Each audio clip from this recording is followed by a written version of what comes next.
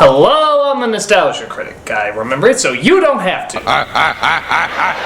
The transition from stand-up comedian to other forms of media certainly is hit and miss. I mean, for every Home Improvement or Seinfeld, you get a Soul Man or whatever the hell that Richard Lewis show was. And indeed, one of the messiest transitions had to be with a comedian named Carrot Top, a very bizarre comic who made most of his living making strange and surreal prop jokes. For some reason, somebody thought this would transfer well to film. We can only hope that that person is in a short line for the guillotine. This is Chairman of the Board. The only Carrot Top movie ever made, thank Jesus, Chairman of the Board shows the feeble attempts of what happens when an unfunny script is given to an unfunny director starring an unfunny actor. The result? So let's take a look at why Chairman of the Board should have been shredded like carrot juice. Okay, so the movie starts off with the birth of our main character and oh god, you really want me to walk out early on this movie, don't you?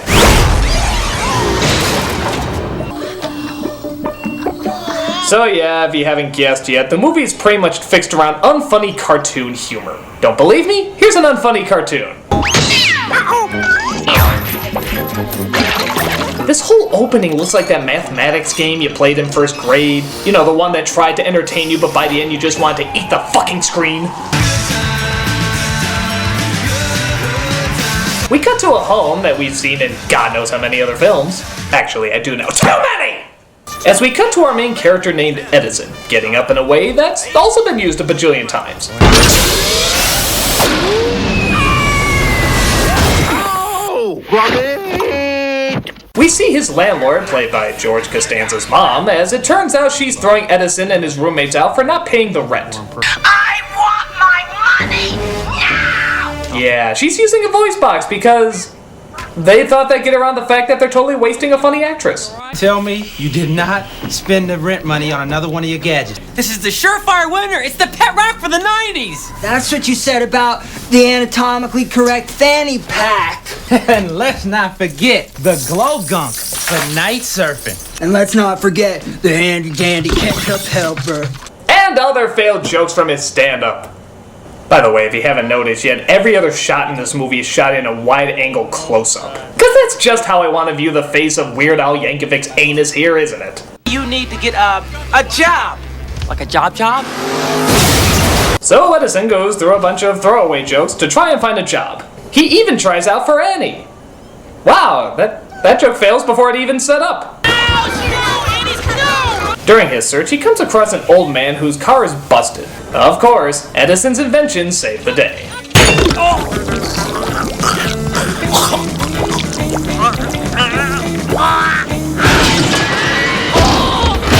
Yeah, I think I can see where Tom Green got his inspiration. I'd appreciate a ride to the beach. I think I still have time to shred a few waves before sunset. You surf? Of course he serves! He didn't just bring his stunt double for nothing, did he? Get spotted, bud! Armin, look, no hands! Yeah, why don't you get off the obviously not moving surfboards and try it for real this time? So after he befriends the old man, he gets fired from a job working as Big Bird's crack baby, when suddenly he gets some sad news. No. What's up?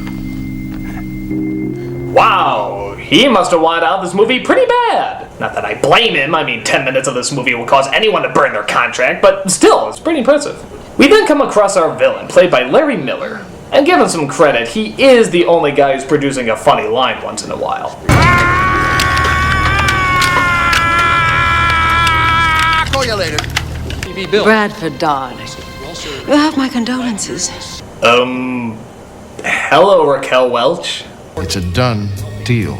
Bingo. Goodbye, Raquel Welch. Hey!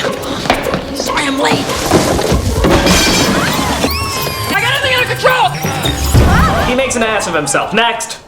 So while Miller is hoping to be named the new head of the old man's invention company, yeah, I think you can tell where this is going, he turns over everything to Edison, because he surfed with him once! I leave my entire stock holdings, 45% of Macmillan Industries, to my new friend, Edison.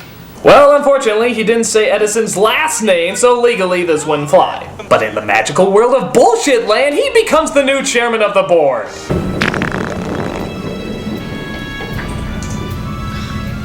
Can't believe she let one rip. Our first ride up as a group. Oh, come on, own up to it. You know that 5-year-old who tells you a horrible joke that you've heard a million times, but you listen to it just to be nice? Imagine a whole movie like that. I thought you said this inheritance was a sure thing. I know I should have had my uncle committed years ago, but I was up all night with my lawyers. We turned the will inside out. Thank you! That angle from Larry Miller's balls really added a lot to that scene. So while Edison is getting shown around the factory, he accidentally gets himself covered in Post-its, because that's all he's got. He also shows Edison the invention room, which hasn't been used for years. But of course, Edison decides to put it back in commission, and wait a minute, Edison! Like Thomas Edison, the great inventor! I just got it!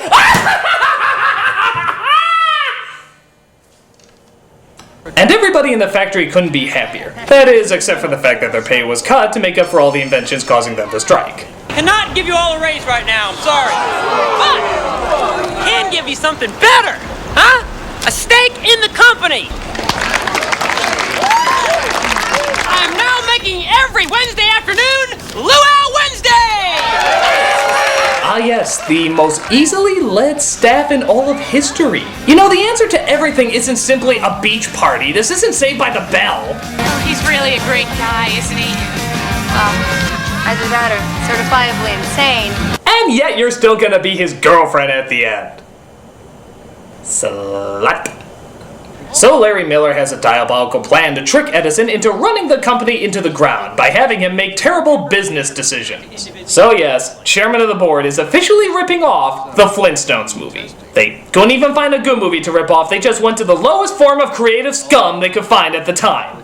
It's like trying to rip off a rock! What could you possibly gain from it? Wow, Kosick, what a surprise. Hello, Raquel Welch. Now get busy. Goodbye, Raquel Welch. So in order to try and control Edison more, Miller takes him to a racket club. Really? That's the best logo for a racket club you could come up with? Since it's your first time, I'll go easy on you. Oh, for God's sake, did the cameraman just fall there? Did the shittiness of this movie just overtake him and he had to collapse to the ground?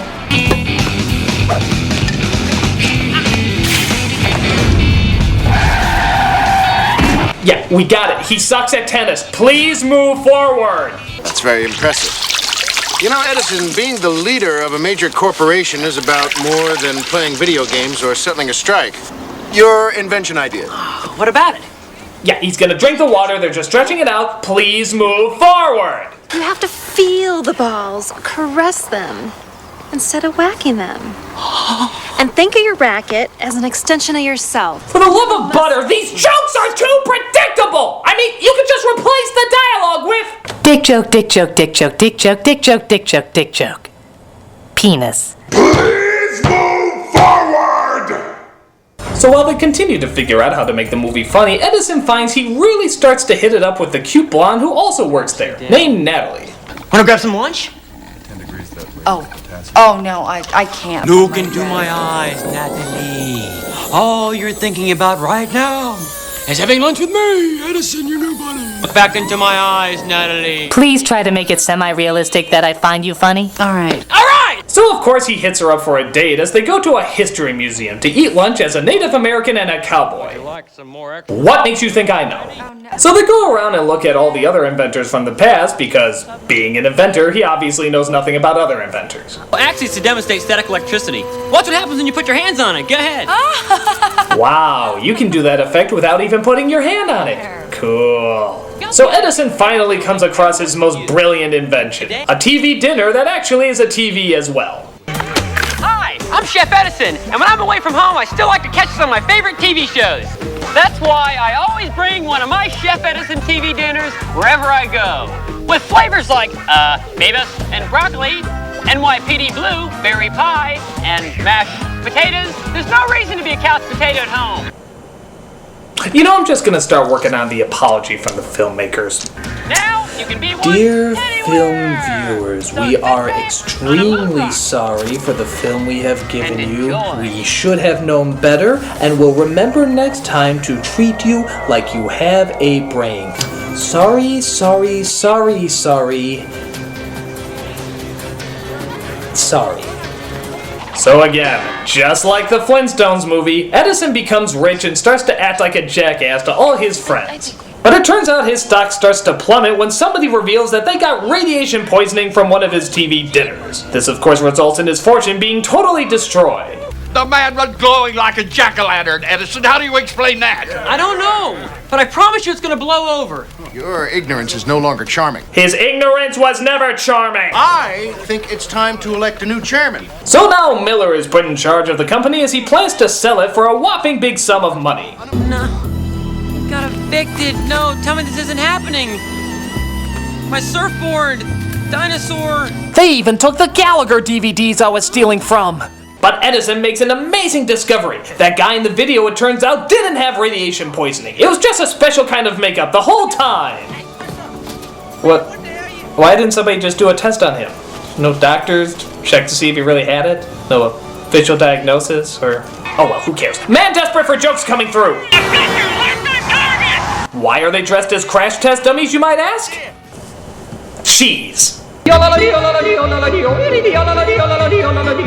So Edison comes in and tells everybody about Miller's evil plan. See? A little dab of my non-toxic glow gunk, and anyone can claim they've been exposed to radiation. This whole toxic TV dinner thing was a scam, wasn't it? So you could get control of this company. You stole my formula for glow gunk, didn't you? The plastic lid we found in the secret chamber gave him away. And Alexander's is their descendant. Miller tries to prove his innocence, but luckily he happens to be wearing one of Edison's inventions, the bull shirt, which always points out when he's lying. Why would he be wearing that to begin with? That bull shirt of yours is worth millions. Hello, Raquel Welch. Oh, shut up, Bradford. Goodbye, Raquel Welch. So the business is back to normal, Miller is taken away and... ew! You gave up Melrose Place for that? Oh, really? This movie was inspired by somebody? Yeah, some jackass came up to Carrot Top and said, you should do a movie! Okay, this movie's horrible!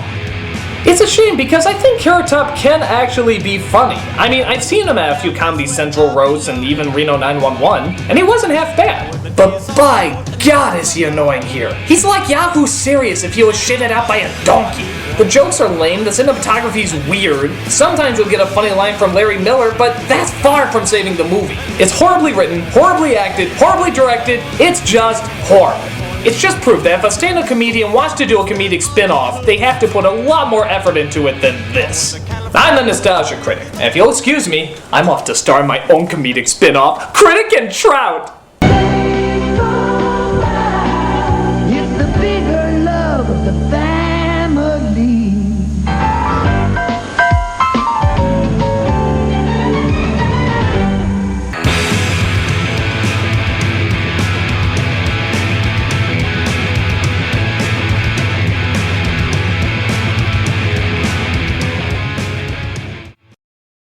Yo,